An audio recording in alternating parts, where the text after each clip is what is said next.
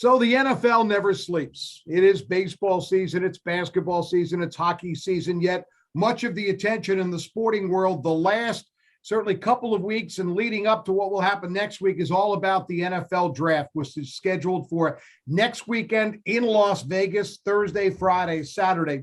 And one of the names you have heard a lot lately, whether it be in print, broadcast, social media, wherever it is Kenny Pickett, the quarterback out of the University of Pittsburgh, a record-setting career with the Panthers, especially last fall when he broke just about all the single-season records, many of them held by Dan Marino, was a Heisman Trophy finalist, finished third in the voting for the Heisman Trophy, and really put himself in a position to be a high draft pick. Of course, there's a local connection. Kenny Pickett is a Jersey Shore guy. Grew up in Oakhurst, played at Ocean Township High School, and then, of course, parlayed the success he had there to Pitt, and then with an NFL team as early as next Thursday night. And Kenny, just less than a week before the draft, is really kind enough to give us a few minutes. So welcome aboard, and thanks for joining us on the Shore Sports Network. Yeah, man, thanks for having me on. So, I'm going to go back to your high school days at Ocean. I know you played for Donnie Klein. You were a 3-year starter. Your best season for you and your team was your junior year. I saw you play twice that year. The Big Red went 9-2. I think you lost to Red Bank twice during the regular season, then in the semifinals in the state tournament. So I'm asking you then, junior Kenny Pickett coming off a really good year, is there a point in the back of your mind where you're thinking NFL? I was thinking NFL when I was like 5, man. That was always the goal and every kid's dream. I think when they start playing football is to play in the NFL. So it's been a dream for a long time. I'm also told when you were young, though, you were a big baseball player. I was, yeah. I love baseball. Played all the way through high school. I graduated high school early, so I only played up to my junior year. So originally at Ocean, your commitment was to Temple University to play football. You later decommitted from there and went to Pitt. Certainly it was a great decision, but what prompted that decision at that time? Yeah, I started getting more offers, started getting a lot more interest. I was growing. So some of the bigger schools actually were starting to come after me. Had a feeling Coach Rule would be taken off to Baylor. He ended up leaving like a month after I decommitted. And I really just wanted to see my options. So I'm really happy I did that and took my time with the decision and made the right decision. Now, listen, you did have some trying times at Pitt. It wasn't like, you were an instant, All-American. You received your fair amount of criticism from fans and boosters and all that. But what happened? And obviously the extra year for you through the pandemic was a true blessing. And you were good as a junior, but you were off the charts as, I'll say a senior. I think you were a grad student probably at that time. What happened where your level of play increased so dramatically? Yeah, I think the game really slowed down for me. It was my 3rd season with Coach Whipple. I think I had, a great team around me. We got a lot of great pieces in the right spot, great offensive line. It was a senior-led team, player-led team. I think everything kind of came together for us. And, we put the work in the offseason. It showed, this past year we accomplished the goal that we set out to do. Good. Correct me if I'm wrong. You could have opted for the NFL draft the year before. You stayed that extra year. Turns out to be a great decision. Were you really thinking about the NFL draft seriously, or did you know you were going to take advantage of the extra year? No, I was definitely after my last game. I think it was Georgia Tech. I thought I was out. Took a couple of days to do some research. I got opinions and advice from a lot of people that I hold close to me. So when I had all that laid out in front of me, I didn't want to leave Pitt, knowing I had an extra year to accomplish everything we accomplished last season. So it kind of worked out perfectly. I've seen the reaction when you were notified you were a finalist for the Heisman Trophy. I think your dad posted it on Twitter, the excitement over that. What did that mean to be told that you're a finalist for the most prestigious award in college football? Yeah, it was unbelievable. That wasn't a goal to come back to accomplish. It just kind of happened with how great the year went for us as a team. And like I said the whole time, I think the Heisman was a team award, really, especially as a quarterback with everything that goes into it. It was unbelievable, man. I mean, looking back and growing up, Brady Quinn, Matt Lyon, Reggie Bush, that was kind of era when I can go back and remember college football, and those guys were in the Heisman talk. So when I had my name in the Heisman talks and I was ended up being in New York City, it was a pretty unbelievable feeling.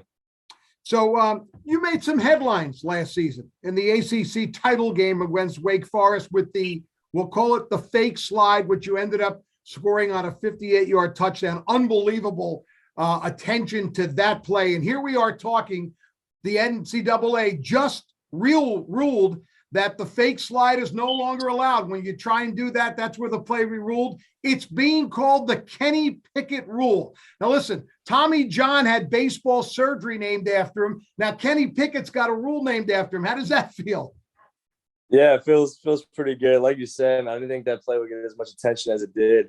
But pretty cool to say that you kind of left your mark on the game at the college level at least. And there's a play that, is no longer now. And it's named after your name. So it's pretty cool. And there's an irony there. One of the players who went for the fake slide was Jazir Taylor, who's a Brick Township high school guy who had a great career at Wake Forest and hopefully will get his name called next weekend. I'm wondering, a little sure, like, did you judge him a little bit with that? I talked to him at the game, but no, we didn't talk about that. Honestly, I mean, we both were committed to Temple at the time too, so we could have been teammates, and who knows, maybe we'll be teammates at the next level here.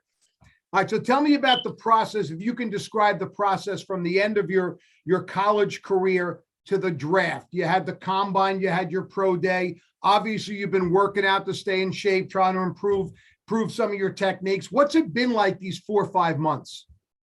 Yeah, it's been a whirlwind pretty much. I mean, it's nonstop. Had the Senior Bowl, and I had the combine, like you said, had pro day. Just got done with some visits, so it's kind of, I had a pretty good routine, pretty good schedule up until the visits, and then that kind of messes up your routine a little bit. And I would have visits during the weeks. I'd flip the workouts on the weekend to try and balance out the week, but it's been good, and visits are done now. I can't really have too much contact with teams. My agent can, so it's kind of like right now it's kind of a dead period to the draft. So I'm just back to training now, and I'm excited to get to the Thursday night and hear my name called. Was all of that more of a stress factor for you physically or mentally? I would say more mentally. It's the unknown. Recruiting, you kind of have control. This part of the game, you really don't. It's kind of, put your best foot forward, do as well as you can, the interviews and all the testing and the workouts, and then kind of let the chips fall where they may. And I feel really good with what I put on tape this season. Throughout the interview process, I definitely did as well as I possibly could, and I thought the workouts went great. So I don't have no regrets throughout the process. Gave it my all. I'm excited to see how it plays out now next week. You're officially listed, I think it's 6'3", 217, but the number most associated with you, and I want to smile over this, Kenny Pickett has small hands. I don't think the word small hands was ever said till maybe 5 or 6 years ago with someone, but now you have an 8.5 size hand. They throw out numbers, no quarterback in the last 5 years with an 8.5 size hand has been drafted. Didn't seem to bother you too much at Pitt, and you played in some cold weather and stuff like that. Do you almost laugh at that, or is it something that is a true factor? No, I mean, I think the media made a much bigger deal than the teams. God, I probably count on one hand the amount of teams that actually asked about it. So that definitely makes you feel a lot better when you're, the job you're up for. The people who could hire you don't really care too much about it, but the people who talk about your job, they care about it. So it is what it is. I'm just excited to get to Thursday, like I've been saying. Yeah, Joe Burrow, by the way, has a 9-inch hand. It's half an inch bigger than yours. He did pretty good last year. So. Yeah, there's a couple guys who've done pretty well. So we'll see. I think it'll be okay. All right. So you said the criticism from I have to ask you, how much attention, and be honest, do you pay? Not your family, not your friends, but you, Kenny Pickett, pay to all the experts and their mock drafts? Yeah, I don't too much because I talk to the teams. I kind of know what they're saying and where they have me and how they feel about me. So I think I'm the best source, the best expert on the topic because I'm the one going through it. So, I like what I've done. Like I said, I'm proud of what I've done. Stand by my tape, stand by everything I've done throughout the process, and I feel pretty good about it. CBS Sports released a consensus of 12 so-called experts from their site, ESPN and the NFL Network. The consensus was Kenny Pickett to the Carolina Panthers with the number 6 overall pick. I don't expect you to share any inside information here, but is that a possible destination? Have you at least had some conversation with them outside of, say, your pro day and the combine? Yeah, absolutely. I was just down there on a visit last week, 2 weeks ago. So definitely had contact with them, went through the whole process. Plenty of other teams as well. So it's kind of, like I said, it's not like recruiting. I don't have a say. So it's almost, wherever that phone rings, that's where I'm headed the next day. So I'm excited. Be honest with you, I'm not concerned on which team it is. I'm really excited just to pursue my dream and be a part of a new team and chase after a championship. So I'm definitely looking forward to it. But there is a little connection between the Panthers head coach and you, correct? Correct. Yeah. Like I said, I was committed to him at Temple. So it was just here. So it was like old times kind of. It was like high school all over again when I was in his head coach office. So it was cool. As a kid growing up, though, did you have a favorite team? I did. I was an Eagles fan growing up. I was a Philly guy, Philly all the way through. My dad grew up there before he got to New Jersey. So he kind of instilled that into me as a young age. So can I assume will you be in Vegas on Thursday night? I will not. I'll be home. I'll be staying home. Yeah, I'll have my grandparents around. I don't think they could have made that trip. I'll have all my coaches, friends, family. So I'm really excited to share that moment with them. That's pretty classy. I would imagine somebody at the ESPN or the NFL Network will probably have a camera in your house, I'm sure, and they'll talk to you right after you're picked. Yeah, there'll be a camera crew there for sure. All right, so listen, this is a very exciting time for you. You got engaged this winter, had a big party at one of my favorite places, the Butcher's Block, which I know is an awesome event. You're going to get married next summer, and your fiance is in some ways as accomplished an athlete as you. Amy Paternoster, who was the Gatorade New Jersey Soccer Player of the Year at Wall High School, played at Princeton, was an academic all-Ivy selection this past season, will graduate this spring. She was pretty good. Yeah, she was very good. She's the better athlete, that's for sure. How did you guys meet?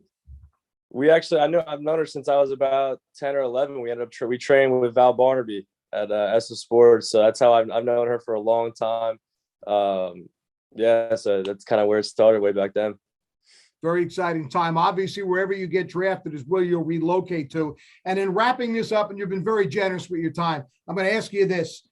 You said since you were 5, you dreamed of being in the NFL. I would imagine you've watched the NFL draft for many, many, many years with your family and all of that. And I want you to try and put yourself in this position, what you think you'll be feeling when Commissioner Roger Goodell, after getting booed, steps to the microphone in Vegas and says, with the blank pick, the blank select, Kenny Pickett, quarterback, Pittsburgh. Yeah, it's going to be, it's a lifetime of work and a phone call. So I'll be overcome with emotion for sure. I think everybody in the room that I'll have there played a part with me getting there. So it's a special moment for everybody. And I really just can't wait to enjoy it and kind of take it all in. Will you give the commissioner a big hug? That's a tradition. I'll give him a hug over Zoom or something. I won't be there for that's right. You won't. That's right. I already forgot that. Yeah. Yeah, maybe. You first time I meet him, I'll give him a hug. Awesome time. I know for you and your family, I would imagine these next few days will be a little bit stressful. I don't know how much you'll be able to relax, but it all comes to fruition next Thursday night. And, here's a kid who played for the Big Red, and now you're headed to the NFL. Yeah, thank you so much. Kenny, it was really nice of you to give us the time. I can speak for the entire Shore Conference. They're really proud of what you've accomplished and looking forward to the future of Kenny Pickett. We wish you nothing but the best. Thank you, man. I really appreciate it. Kenny Pickett joins us on the Shore Sports Network, courtesy of Jersey Mike's. Be a sub above. We'll all be watching next Thursday. NFL Draft in Vegas. Kenny Pickett back home at the Shore, trying to find out where his future will be. Thanks for joining us on the Shore Sports Network.